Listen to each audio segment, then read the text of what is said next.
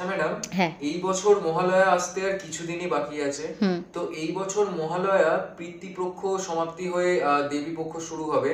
তো কোন দিন আসলে এই মহালয়া পড়ছে এবং সূর্যগ্রহণ থাকলেও তর্পণ কি করা যাবে সেই দিনকে, এই ব্যাপারে একটু হুম। আলোকিত করুন। তো এই প্রশ্নটার অনেকেরই রয়েছে, খুবই দ্বন্দ্ব রয়েছে যে এই বছর মহালয়ার দিনকেই কিন্তু আবার গ্রহণ পড়েছে, সূর্যগ্রহণ। তো আর মহালয়া কবে সেটা সম্বন্ধে আজকে কিন্তু এই ভিডিওতে আমি পুরোটাই আলোচনা করব। তো দেখো, এই বছর মহালয়া পড়েছে কিন্তু 21শে সেপ্টেম্বর, রবিবার।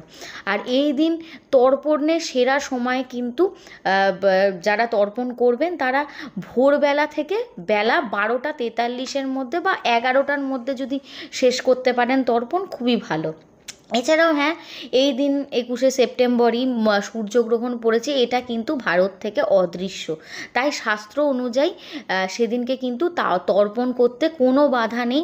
হ্যাঁ, নির্ধারিত সময়ের মধ্যে অবশ্যই তর্পণ করুন এবং সেদিনকে অবশ্যই দান ধ্যান করুন, গরিব মানুষদেরকে খাবার খাওয়ান, ব্রাহ্মণ ভোজন করান। তো আর নিজে সৎ পথে থাকলে কিন্তু কোনো প্রবলেমই হবে না। তো অবশ্যই মহালয়ার দিনে দান ধ্যান করে পূর্বপুরুষদের উদ্দেশ্যে তর্পণ করে আশীর্বাদ নিন আর দেবী পক্ষকে সেদিনকে কিন্তু স্বাগত জানান।